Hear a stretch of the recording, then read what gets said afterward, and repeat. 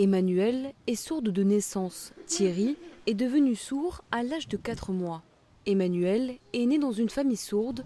Elle parle en langue des signes depuis son plus jeune âge, mais c'est une fois sortie de son cocon familial qu'elle réalise la difficulté de communiquer avec l'extérieur. Par exemple, dans le domaine de la santé. Donc nous, quand on a des urgences, on va à l'hôpital et que bien sûr, il n'y a pas d'interprète.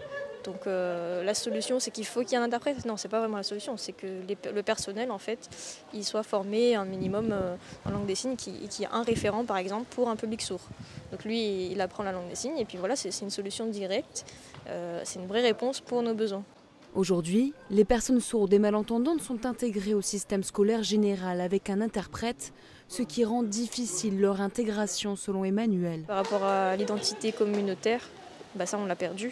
On ne se construit pas parce qu'en fait on est intégré à un monde ordinaire, on va dire, et on ne voit pas les points communs avec les autres en fait.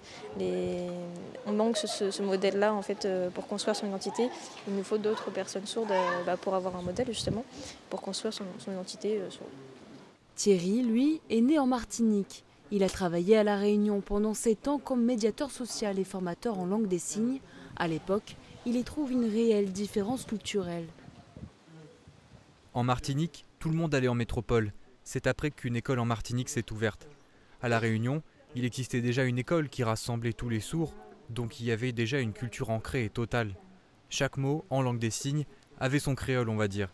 C'est ça qui était différent avec la Martinique. J'ai rencontré l'association des sourds à La Réunion, je me suis fait des amis et ça m'a vraiment apporté beaucoup de choses. À La Réunion, plus de 20 000 personnes sont sourdes et malentendantes.